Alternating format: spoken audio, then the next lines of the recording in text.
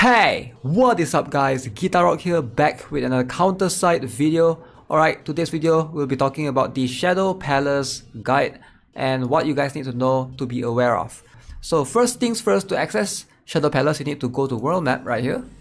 Alright, once you are in, there's this thing called the Shadow Palaces. As you can see, to access or to try to beat it or play through it, you're going to need to consume this thing called the Quantum Quartz Crystal. Alright, this thing you can hold up to maximum 3 as it's stated right here, and you will get one for free every single day at 4 AM. So that's how you get these things for free. But if you need extra, obviously you can also buy extra from the shop right here. So under the exchange center, go into the convenience goods, you can see Quantum Quartz Crystal can be purchased weekly, 3 out of 3. So you can purchase it for 500 quartz, which is a little bit expensive. I wouldn't recommend it. If you are free to play, is this worth it? You do get pretty good gears. We're going to talk about the rewards shortly. But ideally, I would say you will have much better things to do with your quartz. It's hard to get quartz as a free to play. And ideally, you will want to be saving for, the black tickets and those things. So as you can see, there's right now we have 3 palace unlocked. Palace 1, Palace 2 and Palace 3. So if you were to enter a palace, so you have to clear 5 stages within the palace. Alright, so this guide is going to be focusing on the rewards and what you will be doing. So I'll be linking this doc. Shout out to the owner of this doc, Korean guy right here. I can't pronounce Korean, but here is a very brief guide of showing how much you can get per week or per month rather. Alright, so total per week as you can see. So if you clear Hall 1 every single day for 30 days per month, you're going to get 1,890 of the rewards, right? And then you can see Hall 2 is going to give you 2,490, Hall 3 will give you 3,2. Obviously, as you progress, it's going to give you more and more. But as you can see, Hall 3 and Hall 4, I'm not sure how difficult is Hall 4 compared to Hall 3, but you can see right here, you're just getting slightly more. 3,240 and 3,570. And going to Hall 5 as well is 3,780. So you're not missing out on much if you can't do like the harder stages of the Shadow Hall. So ideally, still wanted to be able to do up to Hall 3, I believe.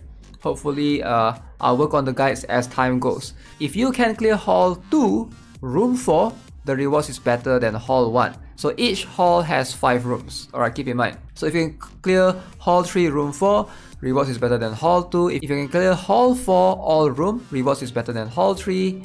And same goes for Hall 5. Okay, one thing that I want you guys to be aware of, I'm not 100% sure of this. Correct me if I'm wrong, alright? Please correct me in the comment section if you think that this is wrong. But from what I've gathered, when you beat a stage in Shadow Palace, either any of the halls, right? If you do not beat it with 3 star or 2, if you beat it with 3 star or 2 star or 1 star, it doesn't matter. You're still getting the same rewards. But what is going to affect is your rankings. Alright, which is the Shadow Palace ranking right here. As you can see, it's like a leaderboard system. But you don't really get extra rewards from any of these. As far as I can tell, you don't really get anything. Like, it's just a ranking system for fun. So you don't really need to get 3 star in every single stage that you beat, I assume. So again, I'm not 100% sure on this, but that's so far based on what I know. Alright, let's jump into the exchange center where the rewards comes in, because this is going to be very important. As you can see, quite a number of things here that you can purchase. There's a T6 Spectral Universal Mole, and you can see this one is 75% discount. Ideally, this should be what you want to buy every single week. You want to be buying the T6 Spectral Universal Mole.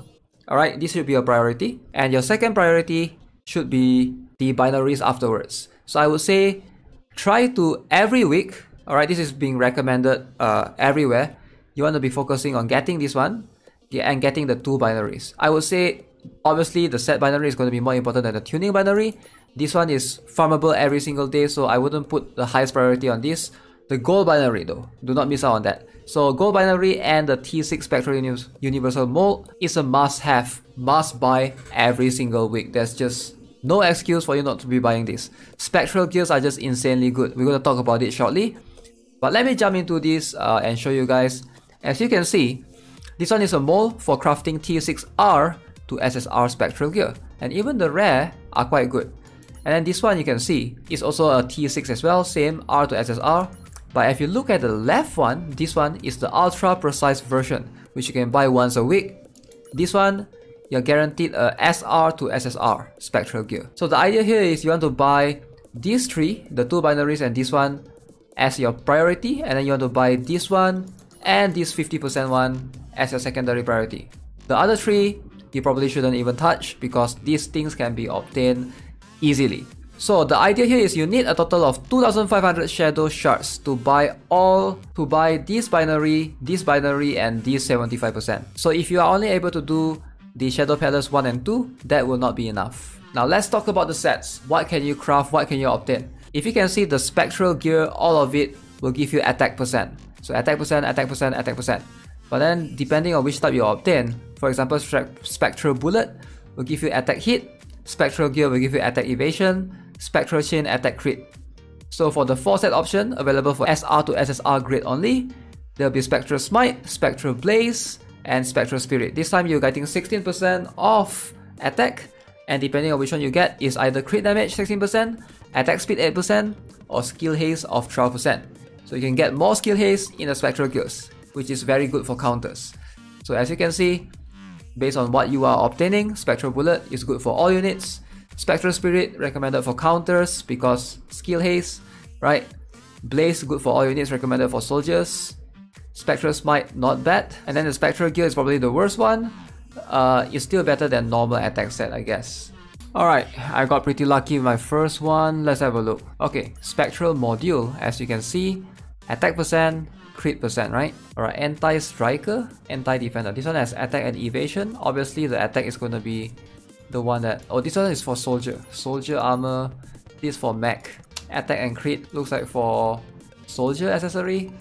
Oh, this one is good. So yeah, overall, as you can see, these Shadow Gears, these are insane. It's something that you really have to look into if you are trying to push your boundaries in either PvP or PvE. It's going to give you so much flexibility in improving your gears furthermore. And also the shop, you know, you can obtain binaries and those things.